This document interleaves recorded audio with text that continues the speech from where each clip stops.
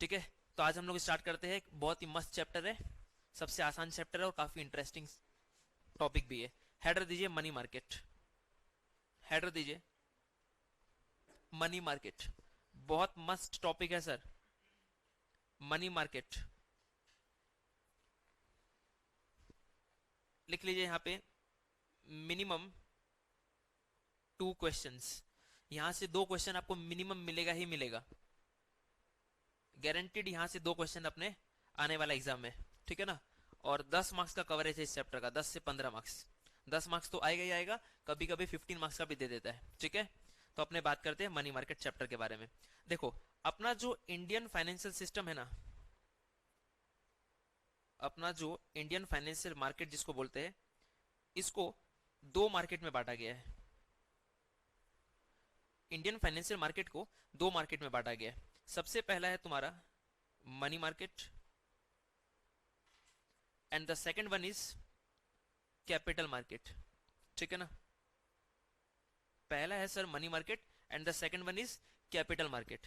Further money market को 2 market में बांटा है और कैपिटल मार्केट को भी 2 मार्केट में बांटा है।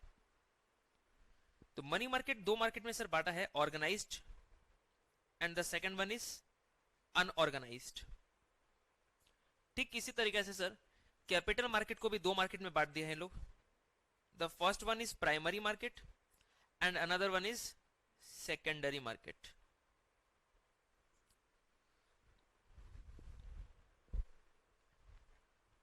ठीक है ना।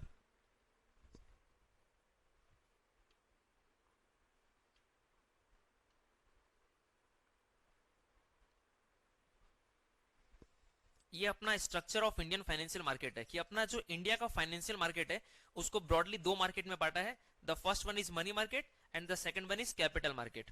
फिर फर्दर मनी मार्केट को लोग 2 मार्केट में बांटा है। पहला है सर ऑर्गेनाइज्ड मनी मार्केट और दूसरा है अनऑर्गेनाइज्ड मनी मार्केट। और कैपिटल मार्केट 2 मार्केट में बांटा है, अभी primary market and the second one is secondary market. बस अभी अभी स्टार्ट हुआ है, ठीक है ना। अब सर ऑर्गेनाइज्ड मार्केट के अंदर बहुत सारा नाम है कि जिसको अपने बोलते हैं participants of organised money market. तो अपने लिखेंगे पार्टिसिपेंट्स का, कौन कौन पार्टिसिपेंट्स है मनी मार्केट के अंदर में। और अनऑर्गेनाइज्ड में सिर्फ 3 नाम होता है। तो ऑर्गेनाइज्ड में सबसे पहला होता है सर आरबीआई, दूसरा होता है SBI, next one is commercial banks, foreign banks,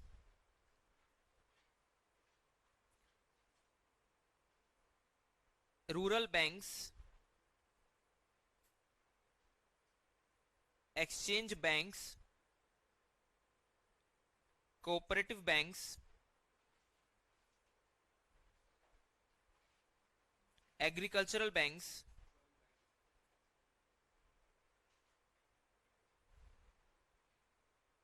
ठीक है ना। ये सारा ऑर्गेनाइज्ड मनी मार्केट को बिलोंग करता है।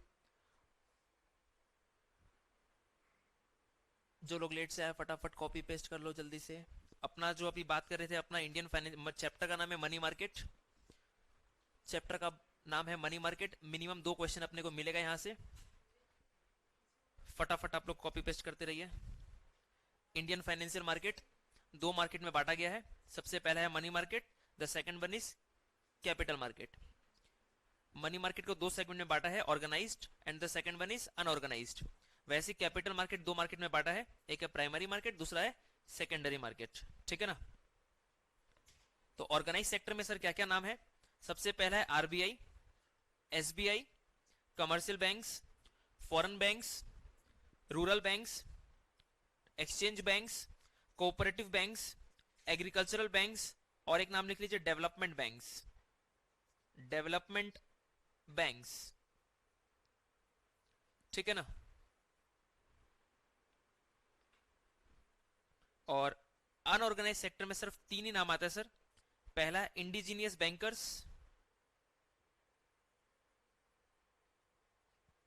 Indigenous bankers, next money lenders, bracket में लिख लो सच एज सेठ, महाजन्स, एटसेट्रा। ये मलेशिया नहीं लिखा, महाजन से, ठीक है ना, स्पेलिंग संभाल लेना रे तुम लोग, MAHAJANS। और नेक्स्ट है non banking financial, non banking financial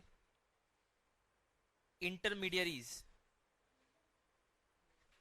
non banking financial intermediaries, non banking financial intermediaries such as comma chit fund companies, non banking financial intermediaries comma chit fund companies such as निधि, such as निधि।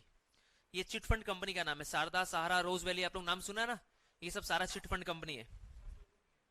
हाँ,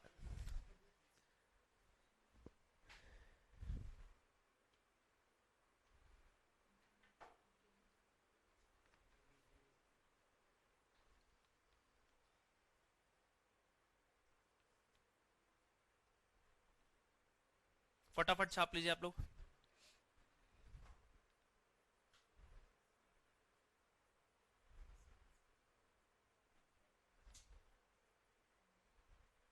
clear है ना यहां तक? ठीक है,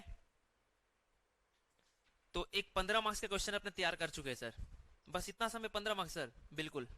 question कैसा आएगा, लिख लीजिए क्वेश्चन 15 मार्क्स का क्या आएगा। Discuss the structure of, discuss the structure of Indian money market, discuss the structure of Indian money market. 15 marks का एक क्वेश्चन एग्जाम में काफी बार आया हुआ है ऑनर्स के पेपर में। लास्ट मेरे को जहां तक ध्यान है 2014 या 15 में क्वेश्चन पूछा था 15 मार्क्स के लिए, 15 मार्क्स का question, discuss the structure of Indian money market. Sir general में भी क्वेश्चन पूछा था क्या? जनरल वाले लोग को है ही नहीं है, पेपर ही नहीं है, ठीक है, सिर्फ और सिर्फ ऑनर्स का बात कर रहे हैं अपने। क्लियर है यहां तक? चलिए अब अपने समझते सर, ये बेसिकली आप जो बना तो दिए सर, बट समझ में कुछ नहीं आया, ये है क्या? तो अपने लोग को देखो सीधा सा बात करना, अपना जो इंडिया का जो फाइनेंशियल सिस्टम है ना, अपना जो इंडिया का जो फाइनेंशियल मार्केट है, इसको बेसिकली दो मार्केट में बांटा है। दो मार्केट का नाम क्या है? सबसे पहला एक है money market and the second one is क्या? Capital market. Sir capital market को हम लोग फॉर अ टाइमिंग ना सिक्योरिटीज मार्केट और शेयर मार्केट बोल सकता है। फॉर अ टाइमिंग क्या बोल सकता है? सिक्योरिटीज मार्केट और शेयर मार्केट। तो एक बार के लिए हम लोग सर यहाँ पे क्या लिख देंगे? कैपिटल मार्केट को, कैपिटल मार्केट को क्या लिख सकता है एक बार के लिए? सिक्योरिटीज मार्केट ऑब्लिक क्या? Share market. एक बार समझने के लिए सर हम लोग लिख सकता है, बट कुछ डिफरेंसेस होते हैं ये दोनों के बीच में, जो अपने आने वाले क्लासेस में धीरे धीरे बात करेंगे। अभी आप लोग लिख लीजिए securities market oblique share market, नहीं तो नहीं समझ में आएगा। क्लियर है ना यहां तक? तो अब सर हम लोग एक एक करके बात करना चालू करते हैं। सर ये मनी मार्केट और कैपिटल मार्केट हालांकि है क्या? देखो सीधा सा बात है, शेयर मार्केट के बारे में तो तुम लोग थोड़ा बहुत जानते ही है कि शेयर मार्केट बेसिकली क्या होता है। जब भी किसी कॉर्पोरेट को, जब भी किसी कंपनी को पैसे का दरकार होता है, जब भी किसी कॉर्पोरेट को या कंपनी को पैसे का दरकार होता है, तो वो कॉर्पोरेट या कंपनी क्या करती है? बैंक से जाके लोन ले सकती है, बैंक से लोन ले लिया एक लिमिटेड अमाउंट तक ले सकता है, उसके बाद भी कंपनी को फंड का रिक्वायरमेंट है, तो कंपनी क्या करेगी?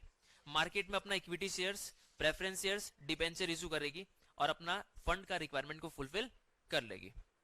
ठीक उसी तरीके से सर कॉर्पोरेट तो अपना फंड का रिक्वायरमेंट फुलफिल कर लिया, अपना जो इंडियन गवर्नमेंट है, that is government of India, इसको भी हमेशा पैसे का दरकार पड़ते रहता है समय समय पे। तो सर अपना गवर्नमेंट ऑफ इंडिया अपना फंड का रिक्वायरमेंट को कैसे फुलफिल करे? समझ में आ रहा है? वो भी बैंक से एक लिमिटेड अमाउंट तक लोन ले सकती है। और गवर्नमेंट का सबसे बड़ा मेजर सोर्स ऑफ रेवेन्यू क्या होता है? टैक्स, टैक्स कलेक्शन है कि नहीं? हम लोग जो टैक्स देते हैं, गवर्नमेंट का सबसे बड़ा सोर्स ऑफ रेवेन्यू तो वही है ना, सोर्स ऑफ इनकम बोले गवर्नमेंट का अगर तो क्या है? टैक्स है। बट अपने को पता है इंडियंस ईमानदारी से कितना टैक्स पे करते हैं, है कि नहीं? टैक्स एविएशन सबसे ज्यादा होता है। तो गवर्नमेंट को हमेशा पैसे का दरकार रहता है सर, हमेशा फंड का रिक्वायरमेंट गवर्नमेंट को पड़ते रहता है। तो ठीक कॉर्पोरेट्स की तरह गवर्नमेंट भी क्या करती है? मार्केट में कुछ बॉन्ड्स, कुछ सिक्योरिटीज, कुछ इंस्ट्रूमेंट्स इशू करती है, और उसको इशू करके क्या करती है? अपना फंड्स का रिक्वायरमेंट को फुलफिल कर लेती है। जैसे एक कंपनी मार्केट में शेयर्स डिबेंचर इशू करती है, वैसे ही अपना इंडियन गवर्नमेंट भी क्या करता है, जब पैसे का दरकार पड़ता है तो मार्केट में कुछ बॉन्ड्स, कुछ सिक्योरिटीज, कुछ इंस्ट्रूमेंट्स इशू करती है और अपना फंड्स का रिक्वायरमेंट को फुलफिल कर लेती है। तो सर क्या गवर्नमेंट घर घर जाके सबको बोलती है कि आओ मेरा बॉन्ड्स लो, डिबेंचर्स लो, ऐसा बोलती है, सिक्योरिटीज लो? नहीं सर, गवर्नमेंट ये सब काम खुद नहीं करता। गवर्नमेंट का एक एजेंट होता है, उस एजेंट का नाम है reserve bank of India, that is RBI. मतलब आरबीआई गवर्नमेंट के बिहाफ में ये सारा काम करता है। ये जितना भी इंस्ट्रूमेंट्स है आरबीआई सारा इशू करता है, और इशू करने के बाद जितना भी फंड कलेक्ट होता है वो सारा का सारा गवर्नमेंट को दे देता है। तो बेसिकली गवर्नमेंट का शॉर्ट टर्म नीड्स को फुलफिल करता है कौन? Money market requirements, money market instruments. समझ में आ रहा है? एक बेसिक बैकग्राउंड क्लियर हुआ क्या कैपिटल मार्केट और मनी मार्केट के बीच में डिफरेंस क्या होता है? समझ में आ रहा है? तो जब भी गवर्नमेंट को पैसे का दरकार होगा तो गवर्नमेंट कौन से मार्केट के थ्रू इंस्ट्रूमेंट्स इशू करेगी? Money market. और कैपिटल मार्केट किसके लिए? कॉर्पोरेट्स के लिए, दैट इज कंपनीज के लिए। तो कंपनी को जब भी पैसे का दरकार होगा तो कंपनी क्या करेगी? कैपिटल मार्केट के थ्रू इंस्ट्रूमेंट्स इशू करेगी। और जब गवर्नमेंट को पैसे का दरकार होगा तो गवर्नमेंट किस मार्केट के थ्रू करेगी? मनी मार्केट के थ्रू। समझ में आ रहा है क्या? एक बेसिक बैकग्राउंड क्लियर हुआ। अब देखिए मनी मार्केट को भी ना इन लोग दो सेक्टर में बांट दिया। पहला क्या है? ऑर्गेनाइज्ड मनी मार्केट, और दूसरा क्या है? Unorganised money market. ठीक उसी तरीके से कैपिटल मार्केट के बारे में भी सर बात है। एक है primary market and the second one is secondary market. आज अपना टॉपिक ऑफ डिस्कशन जो रहने वाला सिर्फ और सिर्फ मनी मार्केट के ऊपर रहेगा। एक ये भी बहुत इंपॉर्टेंट चैप्टर है 15 मार्क्स के लिए, कैपिटल मार्केट। ये अपने आने वाला कुछ दिन में करेंगे। अभी अपने सिर्फ इसके बारे में बात कर रहे हैं। ऑर्गेनाइज सेक्टर के अंदर में तुम लोग को एक चीज नजर आ रहा होगा, जितना भी मैंने नाम लिखा है यहाँ पे सारा टाइप्स ऑफ बैंक है। ऑलमोस्ट सारा टाइप्स ऑफ बैंक का नाम लिखा है मैंने, है कि नहीं? और अनऑर्गेनाइज सेक्टर में सिर्फ 3 नाम है: indigenous bankers, money lenders, non banking financial intermediaries, chit fund company such as nidhi. तो सर ये ऑर्गेनाइज्ड अनऑर्गेनाइज्ड बेसिकली होता क्या है? ऑर्गेनाइज्ड मनी मार्केट मतलब एक ऐसा मार्केट जिसपे किसका कंट्रोल है? रिजर्व बैंक ऑफ इंडिया का, आरबीआई का पूरा कंट्रोल होता है। किसके ऊपर में? ऑर्गेनाइज्ड मनी मार्केट के ऊपर में। और अनऑर्गेनाइज्ड मनी मार्केट के ऊपर में ना आरबीआई का कंट्रोल नहीं होता है। अभी लिखने पे ध्यान मत दीजिए आप लोग, मैं सारा नोट्स एक एक करके पूरा क्रिस्टल क्लियर वे में लिखाऊंगा, ठीक है ना? डिफरेंस ये सब सारा कुछ लिखाएगा, क्योंकि अभी अगर लिखना चालू कर देगा ना तो फिर दिमाग में कुछ नहीं घुसने वाला है। हम एक एक लाइन लिखवा देगा, पहले एकदम कॉन्सेंट्रेट करो, चीज को समझना है, ठीक है? तो ऑर्गेनाइज्ड मनी मार्केट मतलब एक ऐसा मार्केट जिसके ऊपर कंट्रोल है। किसका कंट्रोल है? रिजर्व बैंक ऑफ इंडिया का। और अनऑर्गेनाइज्ड मार्केट मतलब जिसमें आरबीआई का कंट्रोल नहीं है। मतलब आरबीआई का सिर्फ रूल्स रेगुलेशंस फॉलो करना पड़ता है, बट डायरेक्ट कंट्रोल आरबीआई का इन लोग के ऊपर नहीं होता है। बट ऑर्गेनाइज्ड मतलब एक ऐसा मार्केट जिसके ऊपर आरबीआई का डायरेक्ट कंट्रोल होता है। क्लियर है क्या? तो इसको हम लोग ऐसा पढ़ सकते हैं कि सुधरा हुआ बच्चा होता है एकदम, जो अपने मम्मी पापा का पूरा बात मानता है। और इन लोग को क्या होता है? मम्मी पापा को इन लोग का बात मानना पड़ता है कि नहीं? अनऑर्गेनाइज्ड। तो ऑर्गेनाइज्ड मतलब एक ऐसा मनी मार्केट जो फुल्ली कंट्रोल्ड बाय आरबीआई होता है, और अनऑर्गेनाइज्ड मतलब जिसका आरबीआई का डायरेक्ट कंट्रोल इन लोग के ऊपर नहीं होता, सिर्फ कुछ रूल्स रेगुलेशंस फॉलो करना पड़ता है। तो ऑर्गेनाइज्ड मनी मार्केट जितना भी है ना, इसके अंदर सारा का सारा बैंक्स आ जाएगा, जितना भी टाइप ऑफ बैंक होता है। क्योंकि अपने बचपन से पढ़ते आ रहे सर ये चीज कि बैंक का रेगुलेटर कौन होता है? आरबीआई। पढ़े ना हम लोग ऐसा कि reserve bank is the bankers of the bank, ऐसा पढ़े ना? It is the regulator of Indian banking system. तो जितना भी रेगुलेट मतलब ये सारा टाइप्स ऑफ बैंक है, इसका रेगुलेटर कौन हो जाएगा? आरबीआई। तो ऑर्गेनाइज सेक्टर के अंदर सारा बैंक्स का नाम आ जाएगा। और अनऑर्गेनाइज सेक्टर के अंदर में क्या आ जाएगा? Indigenous bankers, money lenders such as seth, mahajan etcetera, और non banking financial intermediaries, chit fund companies such as nidhi. मतलब सर बैंक को छोड़ के जितना भी फाइनेंशियल इंस्टीट्यूशंस होगा अदर देन बैंक, वो सारा का सारा कहाँ आ जाएगा? अनऑर्गेनाइज सेक्टर में आ जाएगा। समझ में आ रहा है? जैसे इंडिजिनियस बैंकर्स, तुम लोग ऐसा देखा है कि मतलब पहले के जमाने में गांव ये सब में किसान लोग लोन लेता था, उन लोग को बैंक वाला लोन नहीं देता था, उन लोग को साहूकार लोग होता था, उन लोग से लोन लेता था ब्याज में 5-5%, 6-6% महीना का रेट ऑफ इंटरेस्ट लगता था। समझ में आ रहा है? इसीलिए किसान लोग क्या करता था, इतना हाई रेट ऑफ इंटरेस्ट में लोन ले तो लेता था, और चुकाने नहीं पाता तो क्या करता था? सुसाइड कर लेता था, आत्महत्या कर लेता था। क्योंकि रेट ऑफ इंटरेस्ट इतना ज्यादा है सर, अपने को बैंक वाला 10% पर एनम पे देता है, और इन लोग पर महीना पे रेट ऑफ इंटरेस्ट लेता है इतना। समझ रहे? अगर 5% पर मंथ में भी देंगे ना तो साल का कितना बन जाएगा? 60%। मतलब 100 रुपया अगर आप लेंगे तो आपको 1 साल बाद 160 रुपया लौटाना पड़ेगा, और बैंक को आपको 110 रुपया लौटाना पड़ेगा। तो 50 रुपया, समझ में आ रहा है कितना huge rate of interest charge कर रहा है? तो ये सब सारा सेक्टर बिलोंग करेगा किसको? Unorganised sector. समझ में आ रहा है? जो बैंक को छोड़ के जहां से आप लोन लेते हो वो आ जाएगा सारा अनऑर्गेनाइज्ड सेक्टर में। क्लियर है? यहां तक कोई दिक्कत नहीं है? चलिए अब एग्जाम में अपना जो क्वेश्चन आ जाएगा, discuss the structure of Indian money market. तो आपको क्या करना पड़ेगा? सबसे पहले ये चार्ट बनाना पड़ेगा। कैसे बनाएंगे अपने लोग? देखते एक बार। अभी आंसर पूरा नहीं लिखेंगे, जस्ट फॉर्मेट एक बार अपने लोग समझ लेंगे कि अपने को करना क्या है बेसिकली। तो अपने लोग क्या लिखेंगे सबसे पहले यहाँ पे, structure of Indian money market, structure of Indian money market, है कि नहीं। तो अपना स्ट्रक्चर कुछ इस तरीका का है।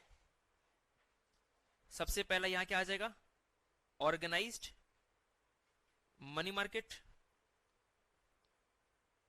और यहां पे क्या आने वाला है सर, अनऑर्गेनाइज्ड मनी मार्केट।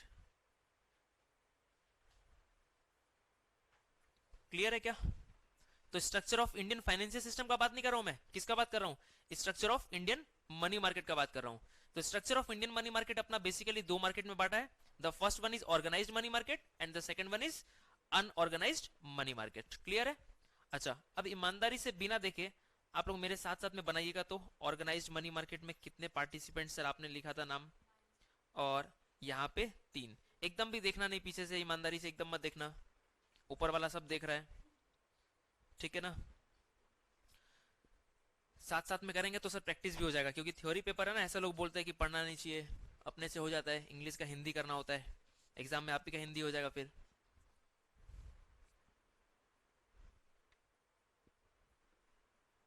तो structure of Indian money market का अपने बात कर रहे हैं sir, organised money market and unorganised money market. Organised में अपने लोग क्या बात कहते हैं सर, एक ऐसा मार्केट जिसका पूरा का पूरा कंट्रोल किसके ऊपर, किसका होता है, आरबीआई का। मतलब ऑर्गेनाइज्ड मनी मार्केट के ऊपर किसका कंट्रोल होता है, रिजर्व बैंक ऑफ इंडिया का। और अनऑर्गेनाइज्ड मार्केट में भी रूल्स रेगुलेशंस फॉलो करना पड़ता है, बट डायरेक्ट कंट्रोल आरबीआई का नहीं होता है। तो अपने शुरुआत किससे करेंगे सब, सबसे पहला आरबीआई। अच्छा, सबसे बड़ा कमर्शियल बैंक कौन सा इंडिया का, एसबीआई। तो आरबीआई के बाद क्या लिखेंगे, एसबीआई। उसके बाद हम लोग टाइप्स ऑफ बैंक का नाम लिखना चालू करेंगे। अब रटना मत पहला वाला दूसरा वाला, समझ में आ रहा है। अपने को सिर्फ क्या करना, नाम लिखना है। चाहे तुम फॉरेन बैंक भी लिख सकता है, कमर्शियल बैंक भी लिख सकता है, एज योर विश। तो अपने क्या करेंगे, यहाँ लिखेंगे कमर्शियल बैंक्स। सीक्वेंस आगे पीछे हो सकता है, कोई दिक्कत नहीं है। Next, foreign banks, exchange banks. जितना भी बैंक का नाम आ रहा है ना दिल में, फटाफट बस लिखते जाओ। एग्रीकल्चरल बैंक्स, सीक्वेंस मेंटेन नहीं करना है sir. Development banks,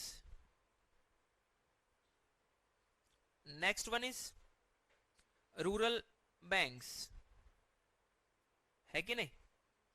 cooperative banks, बोलते जाइए फटाफट। नेक्स्ट, कुछ बचा है क्या, कुछ नहीं बचा है।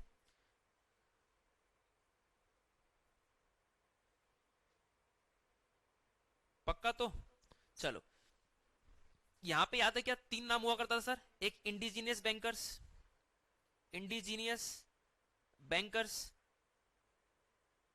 Next, money lenders such as seth, mahajan etcetera. तो लिख लीजिए सच एज सेठ, mahajans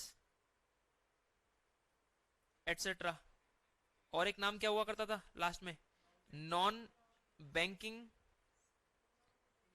non banking financial intermediaries. Intermediaries का मतलब आप लोग जानते हैं क्या क्या होता है, जो दो लोगों को आपस में मिलाता है कि नहीं। Non banking financial intermediaries, chit fund companies such as निधि,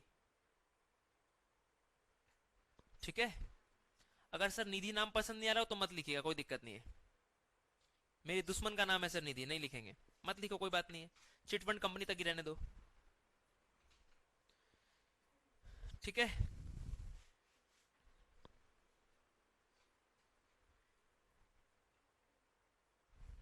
आप लोग में से किसी का नाम है क्या निधि? अच्छा, दुश्मन का नाम है सच्ची में, ठीक है, मत लिखना।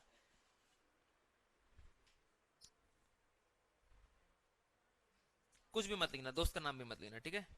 चलो, यहां तक क्लियर है। तो ये 15 मार्क्स का क्वेश्चन आ जाएगा सर। और अपने को सबसे पहले क्या करना पड़ेगा, ये डायग्राम बनाना पड़ेगा। बहुत ही सुंदर सा डायग्राम है, छोटा सा। ये बनाने के बाद आपको क्या करना पड़ेगा, ये जितना भी अपने नाम लिखा ना यहाँ पे, जितना भी ऑर्गेनाइज अनऑर्गेनाइज के अंदर में, अपने को एक्सप्लेनेशन देना पड़ेगा। मतलब इन सब के बारे में अपने को कम से कम 2-2 3-3 लाइन बना बना के लिखना पड़ेगा। बना के मतलब सर कि अपने मन से क्या, ऐसा कुछ भी नहीं है, बहुत ही सिंपल है। एक कोशिश करते जस्ट हम, आरबीआई के बारे में अगर 2 लाइन लिखना पड़ेगा तो नहीं लिख सकता है क्या? Regulator of Indian money market है कि नहीं, regulator of all banking system. फिर एसबीआई के बारे में लिख देगा, one of the largest commercial banks in India. Commercial bank के बारे में अगर कोई लिखने बोलेगा तो नहीं लिखेगा क्या?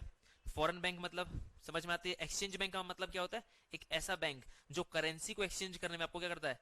हेल्प करता है। डॉलर को रुपीज में, रुपीज को डॉलर में, है कि नहीं, उसको बोलते हैं एक्सचेंज बैंक। कोई नाम बता सकता है क्या एक तो ऐसा इंस्टीट्यूशन का जो रुपीज को डॉलर में, डॉलर को रुपीज में कन्वर्ट करता है? वेस्टर्न यूनियन नाम सुना है? Western union. एयरपोर्ट कभी गया एयरपोर्ट? वहां देखा करो कि वो काउंटर बना हुआ रहता है जो डॉलर को रुपीज में, रुपीज को डॉलर में, यूरो को, ये सब कन्वर्ट करता है करेंसी को। समझ में आ रहा है? तो वेस्टर्न यूनियन नेट पे सर्च करना कभी, या कभी मौका मिले एयरपोर्ट जाने का तो देखना वहां पे काउंटर बना रहता है, ठीक है ना। वेस्टर्न यूनियन ये बेसिकली करेंसी को चेंज करता है और फंड को ट्रांसफर करने में भी इन लोग क्या करता है? हेल्प करता है। क्लियर है क्या यहाँ तक? तो ये अपने को सबको क्या करना पड़ेगा? डिस्क्राइब करना पड़ेगा। अच्छा, एग्रीकल्चरल बैंक मतलब क्या? जो किसान लोगों को एग्रीकल्चर पर्पस के लिए क्या करता है? लोन देता है कम रेट ऑफ इंटरेस्ट में। फिर डेवलपमेंट बैंक्स बेसिकली समझ में आ रहा है? कोऑपरेटिव बैंक्स जो सोसाइटी से लोन देता है कम रेट ऑफ इंटरेस्ट में। तो अपने को सब एक्सप्लेनेशन देना पड़ेगा। इसका एक्सप्लेनेशन भी आप लोगों को खुद से लिखने का दरकार नहीं है, ये स्टडी मैट देंगे उसमें पूरा लिखा हुआ रहेगा। क्लियर है यहाँ तक? चलिए सर, स्टडी मैट क्या एकदम ऑडिट की तरह देंगे लास्ट में क्या? नहीं सर, पहले दे देंगे, ठीक है ना। पता है मेरे को आप लोग गंदा क्वेश्चन पूछने वाले थे, इसीलिए पहले बता दिए, ठीक है ना। चलो, दिखने मेरे छोटा सा लगता है, 5 साल का एक्सपीरियंस है मेरे पास में, ठीक है। तुम लोग क्या क्वेश्चन पूछ सकता सब पता है मेरे को, तुम लोग के दौर से गुजरे हम। चलो नेक्स्ट अपने लोग बात करेंगे सर मनी मार्केट और कैपिटल मार्केट के बीच में डिफरेंस।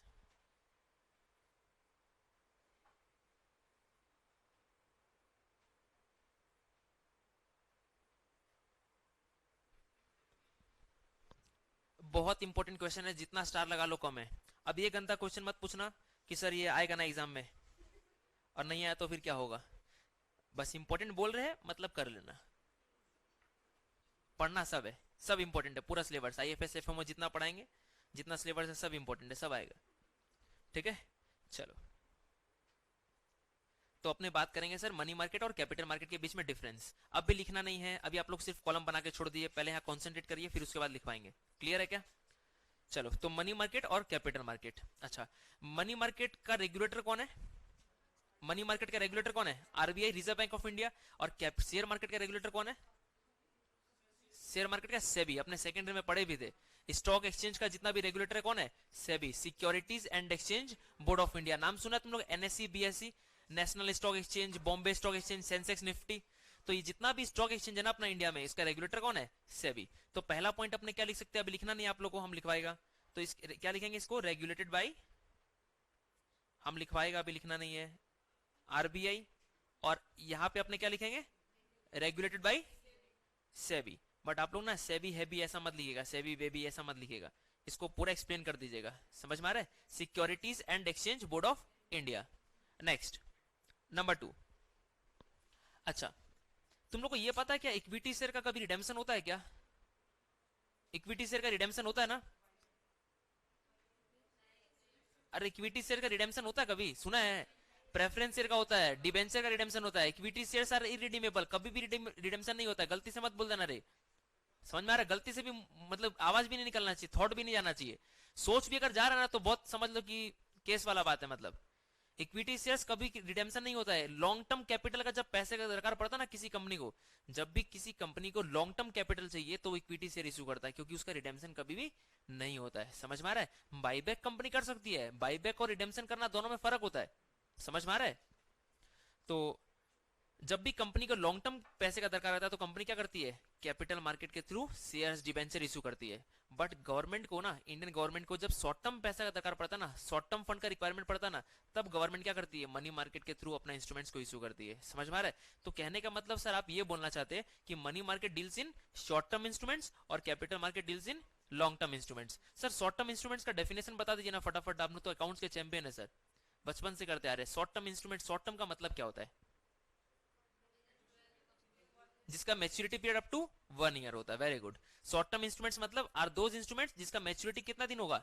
1 साल के अंदर। मतलब 1 साल से ज्यादा के लिए आप इसको इशू कर ही नहीं सकते हो। समझ में आ रहा है? तो ऐसा बोल सकता है कि हम कि it deals in short term instruments है कि नहीं, deals in short term instruments, और ये किस में डील करेगा, deals in long term instruments. अभी एकदम मत लिखना, 2 मार्क्स कम आ जाएगा जो लोग लिखेगा, और जो लोग रिकॉर्डिंग जो देख रहा है वीडियो बैच, उन लोग भी लिखना मत, 2 मार्क्स कम आ जाएगा नहीं तो, ठीक है ना। तो deals in short term instruments और deals in long term instruments, clear है क्या। अच्छा, मनी मार्केट में सर तीसरा जो बात होता है ना, कि यहाँ पे इंस्ट्रूमेंट जो होता है ना, मनी मार्केट का जितना भी इंस्ट्रूमेंट्स होता है उसका फेस वैल्यू है ना बहुत हाई होता है, और कैपिटल मार्केट में शेयर्स, डिबेंचर, ये सब जितना भी होता है ना, 5 रुपए का भी शेयर्स आता है मार्केट में, 10 रुपए का भी शेयर्स है सर, 2-2 रुपए का भी शेयर्स होता है। बट मनी मार्केट में जितना भी इंस्ट्रूमेंट्स होता है ना, एक एक इंस्ट्रूमेंट्स का फेस वैल्यू 25,000 रुपए से चालू होता है। अभी अपने पढ़ेंगे ट्रेजरी बिल का फेस वैल्यू कितना होता है, बिलाल बताओ मेरे को, ट्रेजरी बिल सीएस एग्जीक्यूटिव पढ़ा है, कैपिटल मार्केट सिक्योरिटीज लॉ में ये वाला, ये चैप्टर भी है उसमें। अरे यार हम कंफ्यूज हो जाता बार बार, ठीक है, हमेशा फंसा देते हैं इसको हम, चेहरा मिलता है एकदम यार, ठीक है। तो यहाँ पे जो फेस वैल्यू होता है ना मनी मार्केट इंस्ट्रूमेंट्स का, फेस वैल्यूज क्या हाई होता है यहाँ पे, मतलब मनी मार्केट का जितना भी इंस्ट्रूमेंट्स होगा उस सबका फेस वैल्यू क्या होता है, हाई होता है, और यहाँ पे फेस वैल्यू इंस्ट्रूमेंट्स का क्या होता है, लो होता है। तो ऐसा हम लोग लिख सकते हैं face value is low, clear है क्या। और liquidity sir money market instruments में ज्यादा होता है, तो यहाँ पे क्या होगा, हाई लिक्विडिटी, और यहाँ पे liquidity is low.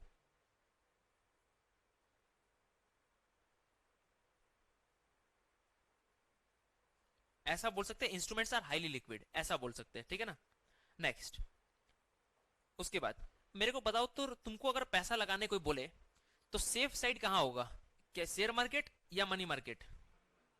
Money market ना सेफ है सर, मानता है कि मेरे को रिटर्न कम मिलेगा, मेरे को रिटर्न ऑन इन्वेस्टमेंट थोड़ा सा कम है, बट सिक्योर्ड है ना, पैसा डूबेगा नहीं। बट शेयर मार्केट में सर ऐसा सुनते हैं कि बहुत हाईली वोलेटाइल मार्केट होता है, बहुत पैसा मेरा डूब भी सकता है, 100 रुपए का शेयर मेरा 2 रुपया भी बन सकता है, और 2 रुपए का शेयर मेरा 200 भी बन सकता है, बहुत वॉलेटिलिटी बहुत ज्यादा होता है, उतार चढ़ाव बहुत होता है शेयर मार्केट में, तो रिस्क फैक्टर वहां पे ज्यादा होता है। बट मनी मार्केट में क्या है, मानते हैं रिटर्न ऑन इन्वेस्टमेंट थोड़ा कम है, बट रिस्क भी मेरा क्या होता है, कम होता है, समझ में आ रहा है। तो यहाँ पे लिख सकते हैं नो रिस्क या लो रिस्क, ऐसा लिख सकते हैं कि नहीं, लो या नो रिस्क। और यहाँ पे क्या होता है, रिस्क इज हाई, रिस्क यहाँ पे क्या होता है, ज्यादा होता है sir, higher the risk higher will be the gain, ऐसा पढ़े हम लोग, जितना ज्यादा रिस्क लेगा उतना ज्यादा प्रॉफिट मिलने का संभावना रहेगा।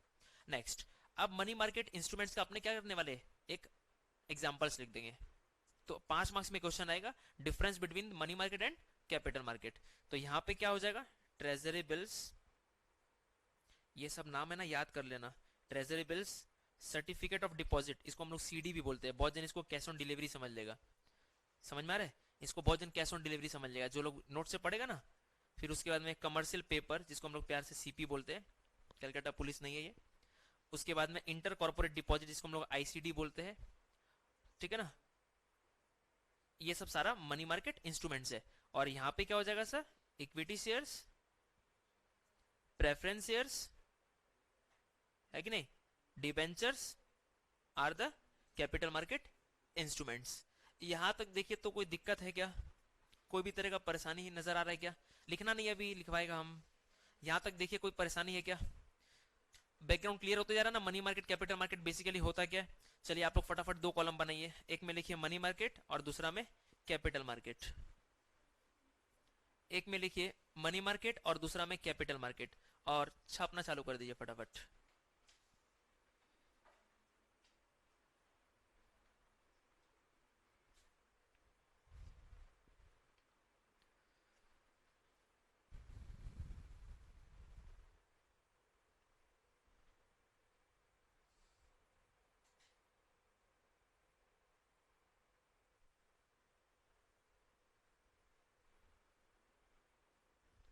समझ में आ रहा है ना पूरा। मनी मार्केट का पहला पॉइंट क्या लिखा हुआ है sir, money market is regulated by the reserve bank of India. अब पूरा लिखिएगा, reserve bank of India, RBI मत लिखिएगा। और वहां पे क्या लिखेंगे, capital market is regulated by the securities and exchange board of India, securities and exchange board of India, पूरा नाम लिखना है, शॉर्टकट मत मारना, नहीं तो मार्क्स भी शॉर्टकट में मिलेगा फिर।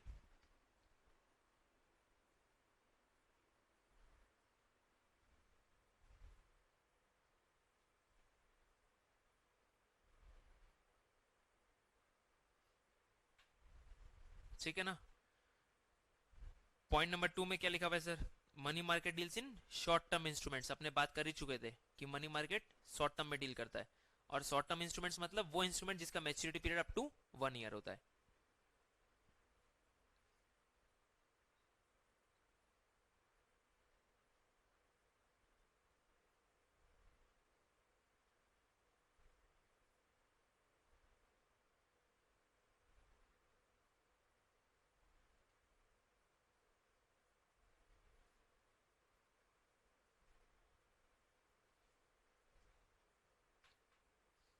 पांच मार्क्स में क्वेश्चन आ जाएगा, बहुत इंपॉर्टेंट क्वेश्चन है, गलती से भी छोड़ के नहीं जाना अपने को।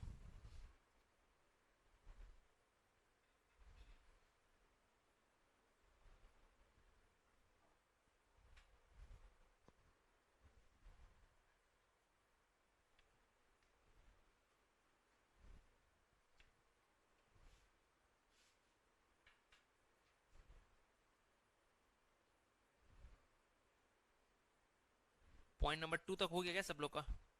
पॉइंट नंबर 2, पॉइंट नंबर 2 बाकी है।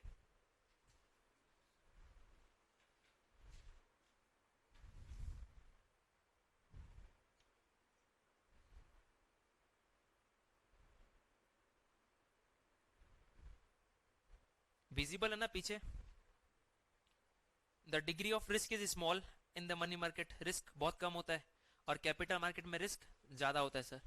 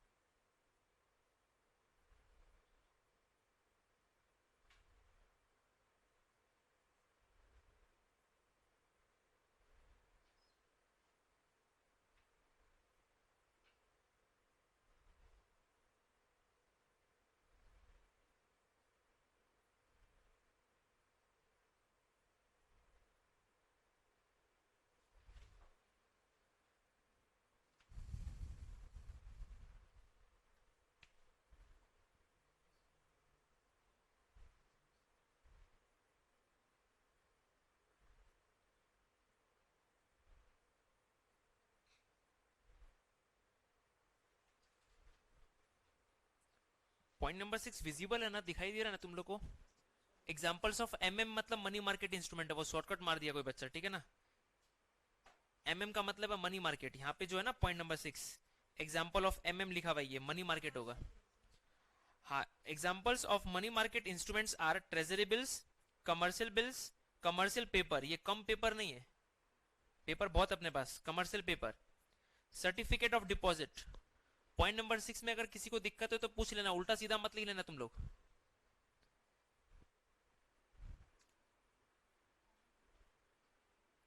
पॉइंट नंबर 6 में आने से पहले एक बार रुक जाना, अगर दिक्कत हो तो हम बता देता है। Examples of money market instruments are treasury bills, commercial paper, commercial bills, certificate of deposits etcetera. एक नाम और नया अगर लिखने का मन करे तो लिख सकता है इंटर कॉर्पोरेट डिपॉजिट्स। लिखने का मन करे तो लिख लो इंटर कॉर्पोरेट डिपॉजिट्स।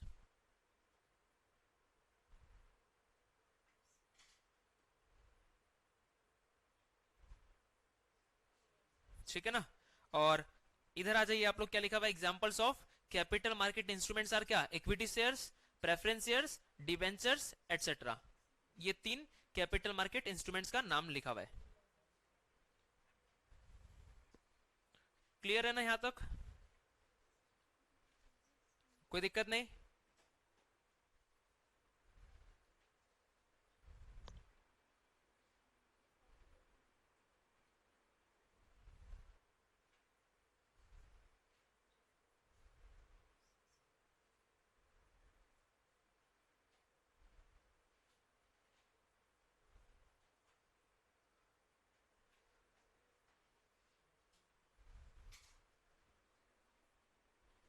5 मार्क्स में क्वेश्चन आ जाएगा और अपने को 6 पॉइंट मिनिमम लिखना पड़ेगा सर।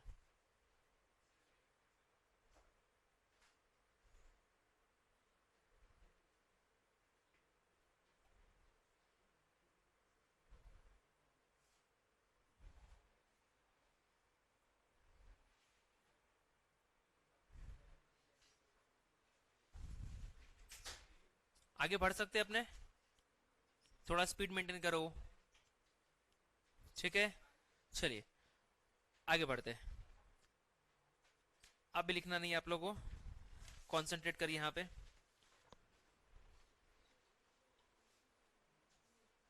चलिए नेक्स्ट टॉपिक में अपने बात करते हैं सर, मनी मार्केट इंस्ट्रूमेंट्स के बारे में। हेडर मत दीजिएगा अभी कुछ भी, मनी मार्केट इंस्ट्रूमेंट्स के बारे में कि सर गवर्नमेंट ऑफ इंडिया को जब पैसे का दरकार होगा तो गवर्नमेंट ऑफ इंडिया इंस्ट्रूमेंट्स तो इशू करेगी, बट कौन सा इंस्ट्रूमेंट्स इशू करेगी? वही अभी अपने जो नाम पढ़े थे, ट्रेजरी बिल्स, कमर्शियल बिल्स, है कि नहीं, commercial papers, certificate of deposits, certificate of deposits, next और क्या था, इंटर कॉर्पोरेट डिपॉजिट्स। यही 5 नाम सर हम लोग क्या पढ़ा था, मनी मार्केट इंस्ट्रूमेंट्स का। ये 5 मनी मार्केट इंस्ट्रूमेंट्स है, लिखना नहीं है, हम सब लिखवा देगा। क्लियर है यहां तक?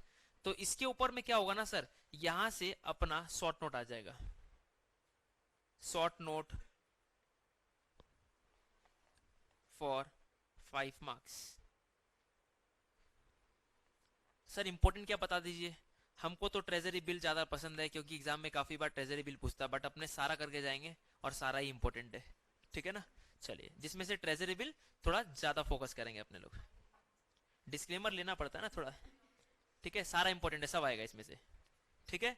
चलिए ये 5 अपने सिलेबस में और 5 ही करना है। मेरे को ज्यादा पसंद ट्रेजरी बिल, थोड़ा ज्यादा पसंद है, ठीक है। एग्जाम में काफी बार पूछता है, सीएस में भी ये वाला काफी बार ट्रेजरी बिल के ऊपर शॉर्ट नोट पूछता है। अगर सर ट्रेजरी बिल अगर नहीं आया, आपका सेकंड पसंद क्या है, तो सेकंड पसंद मेरा होगा कमर्शियल पेपर के ऊपर में, कमर्शियल पेपर के ऊपर में सेकंड चॉइस मेरा। सर थर्ड भी बता दीजिए, फिर ऐसे करते करते तो फिर 5 ही हो जाएगा, इसीलिए कोई फायदा नहीं होगा, ठीक है ना। तो पहला पसंद मेरा ट्रेजरी बिल है, दूसरा पसंद अगर मेरे को कोई बोलेगा तो कमर्शियल पेपर है। सर ऐसा पसंद क्यों है, क्योंकि एग्जाम में काफी बार ये 2 ही पूछा है। ये सब भी आता है बट थोड़ा सा रेयर पूछता है, बट हम लोग सारा करके जाएंगे, सारा इंपॉर्टेंट है।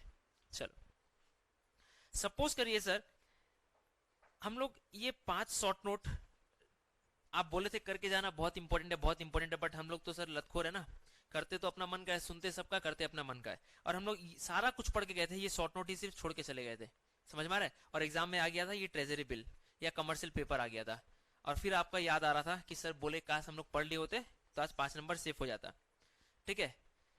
एक बच्चा बहुत होशियार था, बोला नहीं यार कोई बात नहीं, मनी मार्केट चैप्टर तो पूरा अच्छा से पढ़े थे ना, खाली शॉर्ट नोट छोड़ के गए तो क्या होगा, अपने को नाम से देख के तो समझ में आ जा रहा है कि कौन सा इंस्ट्रूमेंट है, मनी मार्केट है या कैपिटल मार्केट, इतना तो समझ में आता है।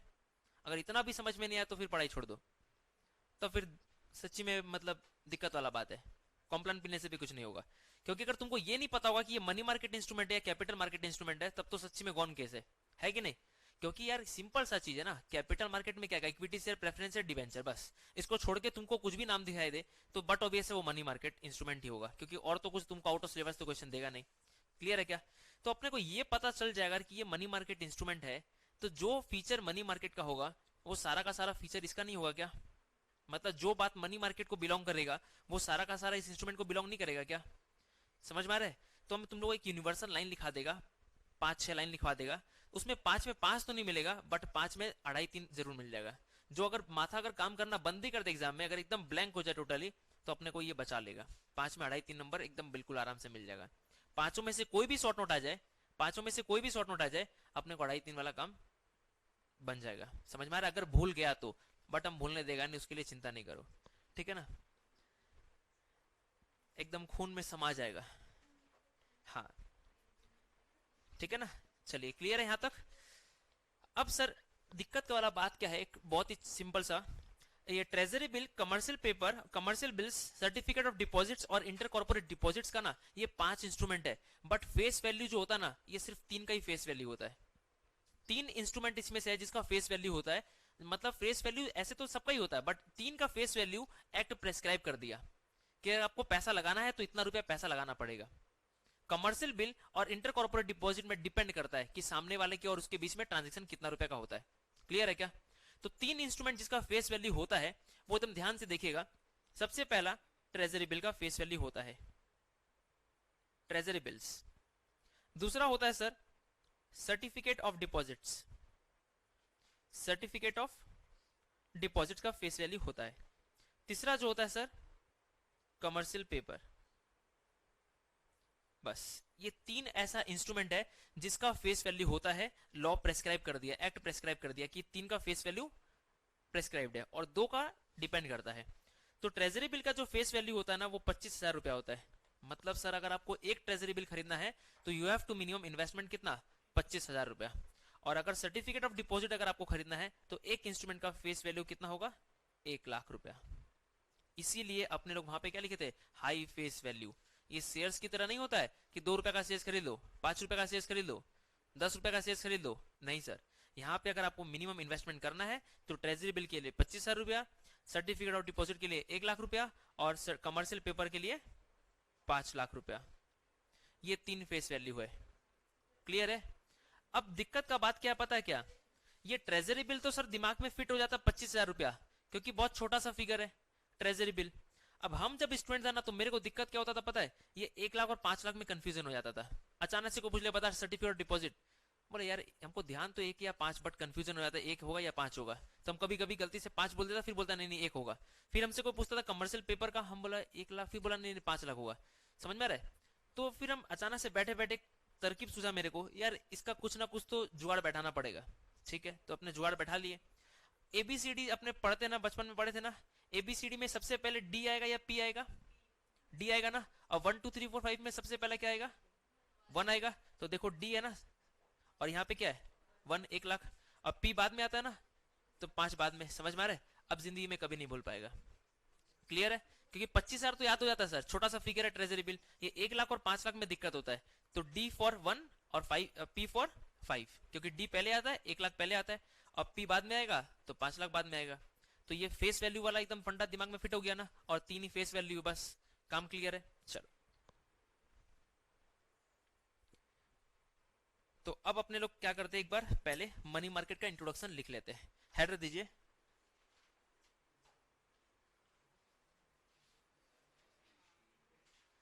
उसके बाद फिर अपने लोग शॉर्ट नोट लिखना चालू करेंगे, treasury bill, commercial paper, certificate of deposit, ये सब के ऊपर में। हेडर दीजिए introduction.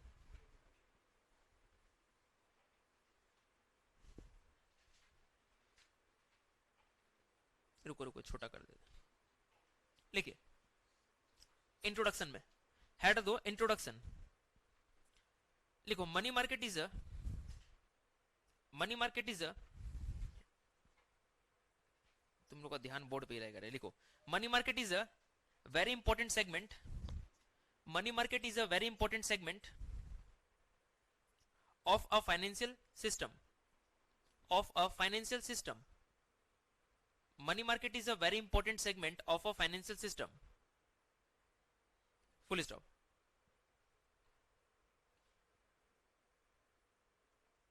Money market functions, money market functions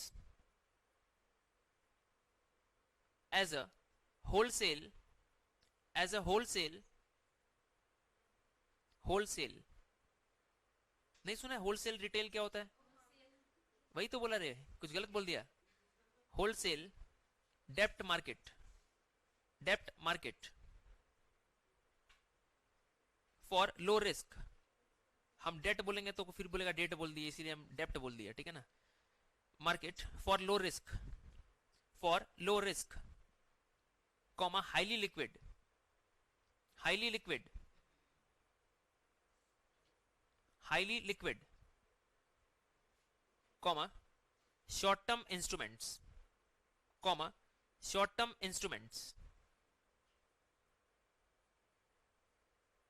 full stop. funds are available funds are available in this market funds are available in this market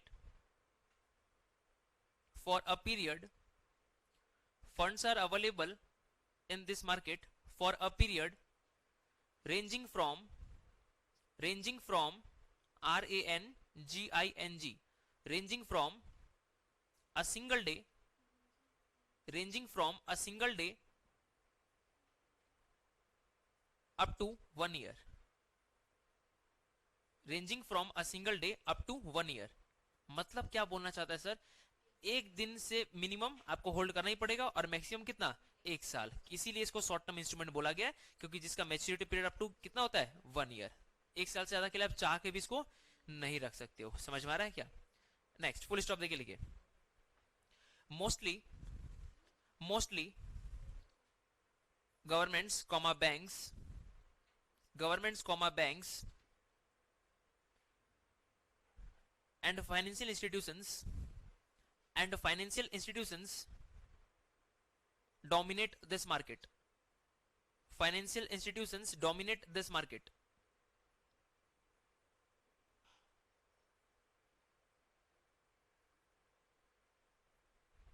Full stop. It is a formal financial market. It is a formal financial market. It is a formal financial market that deals with short-term fund management. That deals with short-term fund management. That deals with short-term fund management. ठीक है ना? फिर paragraph change करके एक header दीजिए छोटा सा, इसी का कंटिन्यूएशन है इंट्रोडक्शन का ही। Features of money market. Features of money market, ऊपर वाला पैरा में हम लोग पढ़े कि मनी मार्केट बेसिकली होता क्या है। अभी अपने पढ़ने वाला है कि मनी मार्केट का फीचर्स क्या क्या होता है। ठीक है ना? तो हेडर क्या दिया अपने, फीचर्स ऑफ मनी मार्केट। लिखिए following are the features of money market. Following are the features of money market. Following are the features of money market. Point number one. Money market is a wholesale debt market. Money market is a wholesale debt market. Money market is a wholesale debt market. DEBT. Money market is a wholesale debt market. ठीक है ना? Number two. Highly liquid in nature. Number 2 में लिखिए highly liquid in nature. Highly liquid in nature. Next number 3 लिखिए। अच्छा, money market किस में deal करता है, लॉन्ग टर्म में या शॉर्ट टर्म में? तो लिखिए deals in short term instruments. Deals in short term instruments.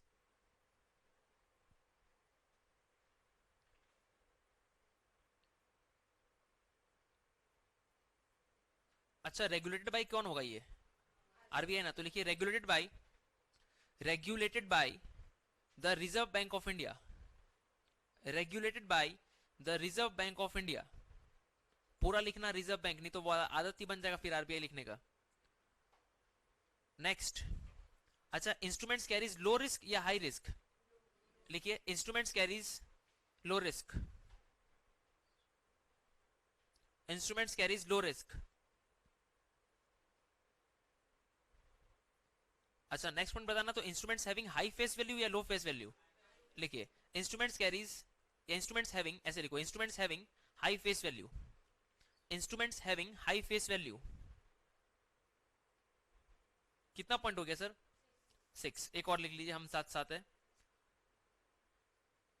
Point number 7 लिखिए ट्रांजेक्शन कॉस्ट आर मिनिमम। 7 हो जाएगा ना?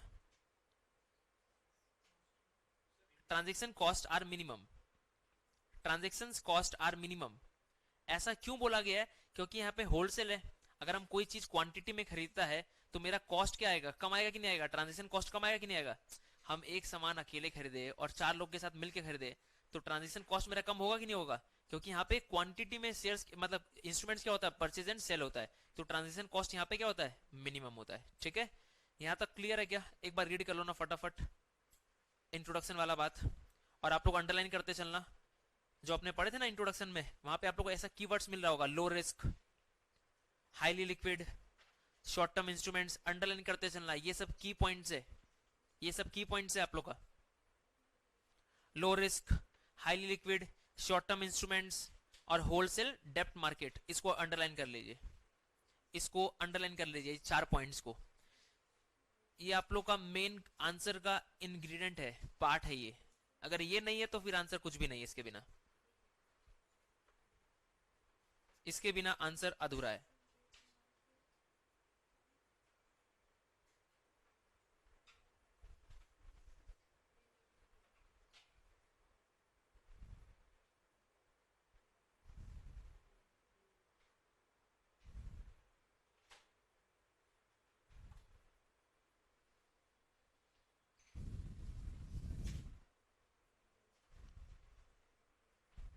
क्लियर है यहां तक?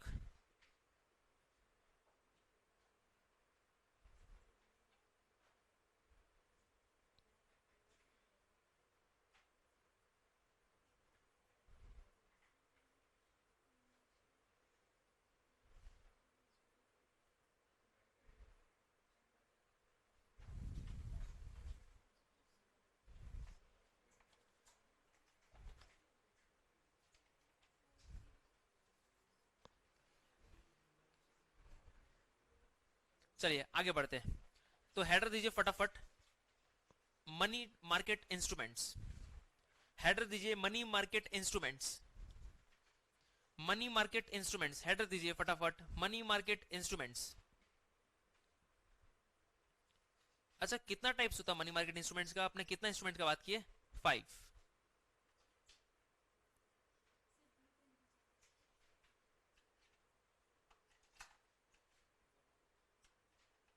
ठीक है ना, लिखते हैं हम लोग फटाफट। नंबर 1 ट्रेजरी बिल्स,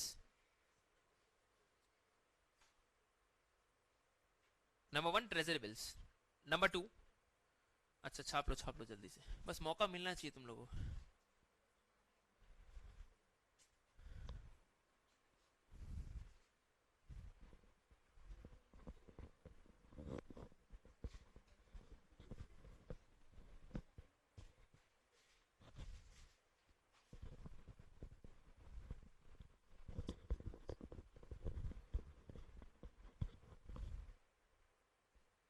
फटाफट लिखो।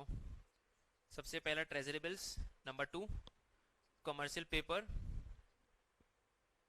अच्छा, हम कमर्शियल पेपर 2 बार लिख दिया रे, तुम लोग छापते जा रहा है इधर। अच्छा कमर्शियल बिल्स है क्या? ठीक है ठीक है, कोई बात नहीं कोई बात नहीं, गलती सबसे होता है रे। मेरा गलती पे ज्यादा नजर नहीं निकाला करो, नहीं तो हम कूट कूट के गलती निकालेंगे फिर कॉपी में। तुम लोग अच्छा बच्चा है।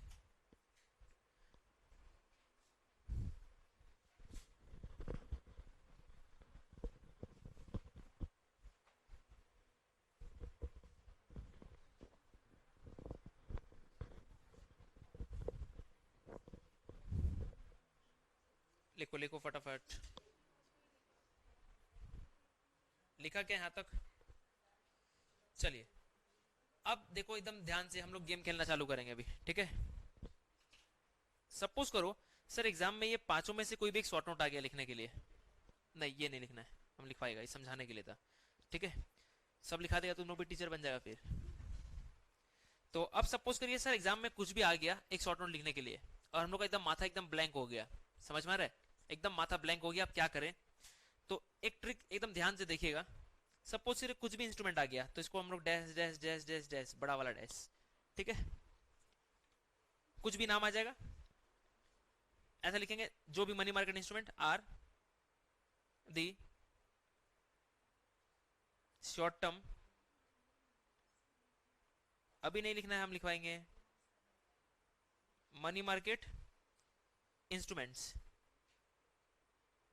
अरे जो भी नाम दे दे, यहाँ पे सीओडी दे दे, या सीपी दे दे, या सीबी दे दे, या तो आईसीडी दे दे, और या तो टीवी ट्रेजरी बिल्स दे दे। कुछ भी दे दे, तो ये सब क्या है सारा, these are short term money market instruments.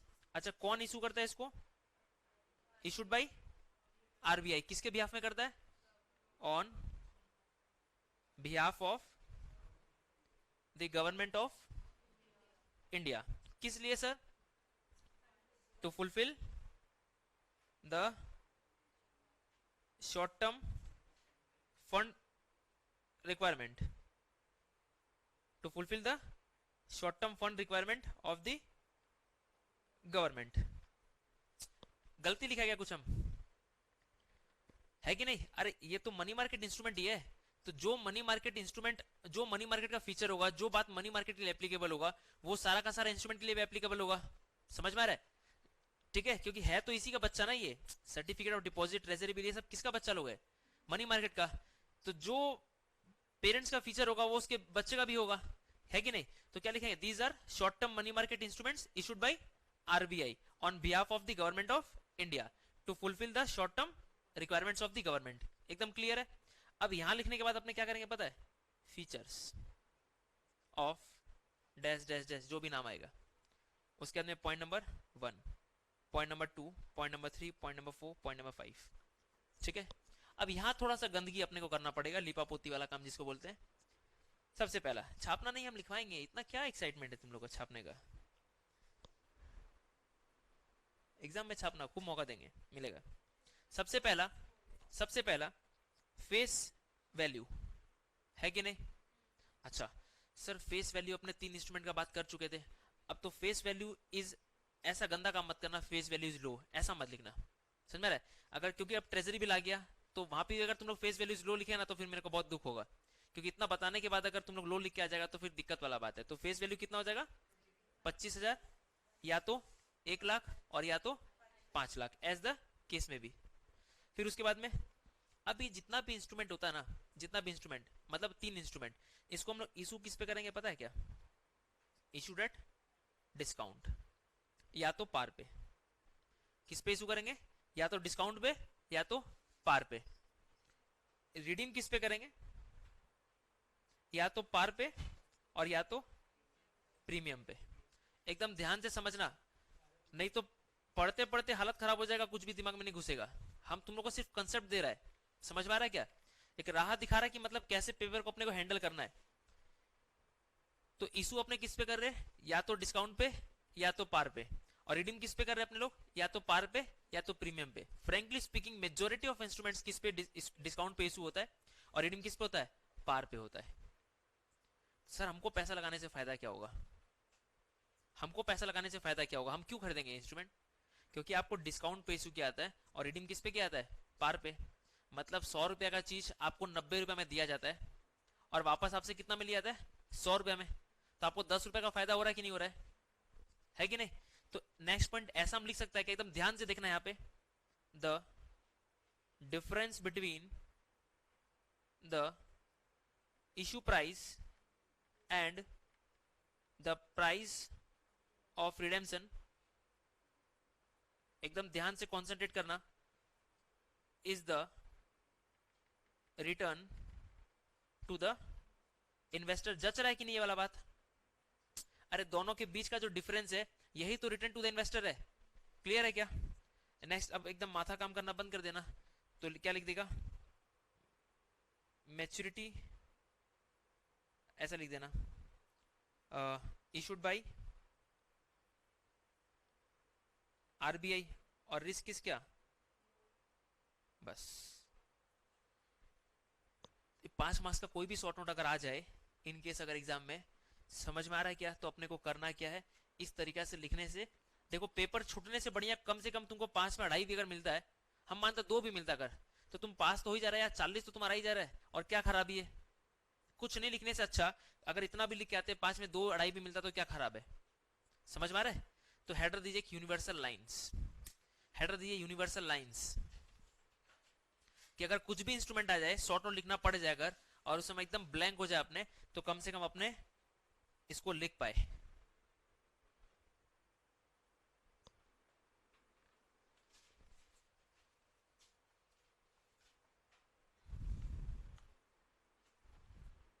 Universal line list किया ना तुम लोग, और अब लिखना चालू कर दो इसको, फटाफट छापना चालू कर दो इसको जल्दी से, ठीक है ना। चलिए छाप लीजिए फटाफट। हाँ तो उस केस में अपने फेस वैल्यूज लो लिख देंगे, थोड़ा सा स्मार्टनेस दिखाना पड़ेगा बॉस, है ना।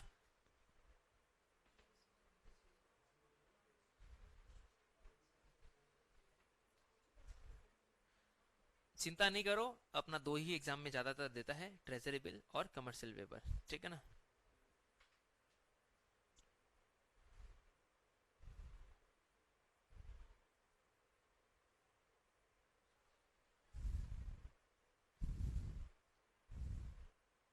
और अपने तो पूरा अच्छा वाला शॉर्ट नोट लिख के आएंगे, तुम लोग टेंशन ही मत लो। ये सब अपने को एकदम, जब एकदम गॉन केस हो जाए ना, मतलब कोई सदमा में आ गया अगर अचानक से, एग्जाम के पहले कुछ हो गया अचानक से, तो उस केस में बचने के लिए रिजर्व में रख लेते हैं हम लोग।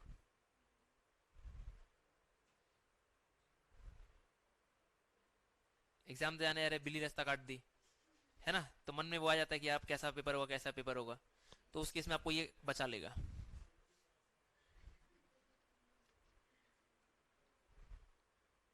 पॉजिटिव सोचा करो, हम तो सोचते हैं कि मतलब और अच्छा होगा मेरा पेपर, बिल्ली रास्ता काट दी तो और पॉजिटिव हो जाता है।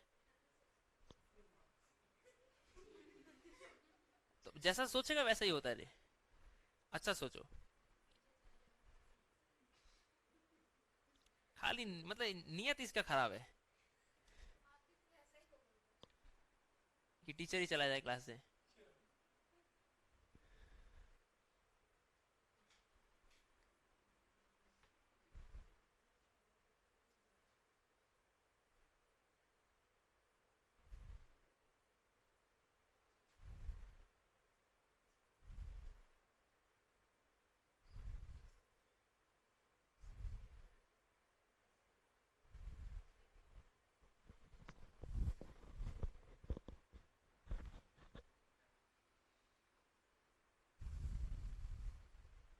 छापो बहादुरो छापो फटाफट, ये मौका वापस नहीं मिलने वाला है।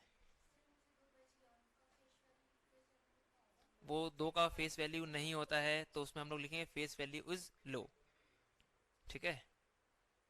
और चिंता ना करो, वो मौका तुमको नहीं मिलेगा। फेस वैल्यू इज लो, तो फेस वैल्यू में डैश डैश डैश दे दो तुम लोग, ठीक है। अगर नहीं समझ में आता है तो ये 25 एक 5 मत लिखो, डैश डैश दे दो, कोई दिक्कत नहीं है। फाइनल ईयर में आ गया है तुम लोग, थोड़ा सा बुद्धि लगाओ, थोड़ा सा।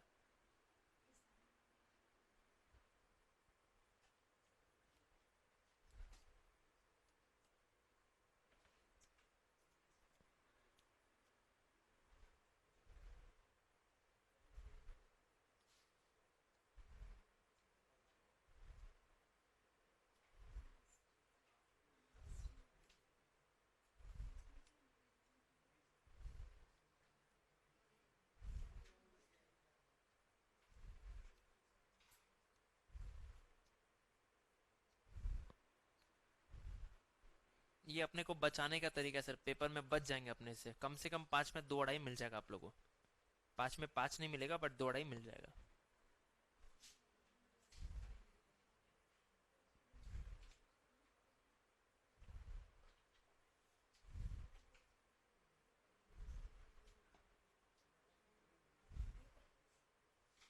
है कि नहीं, यहाँ तक लिख लिया।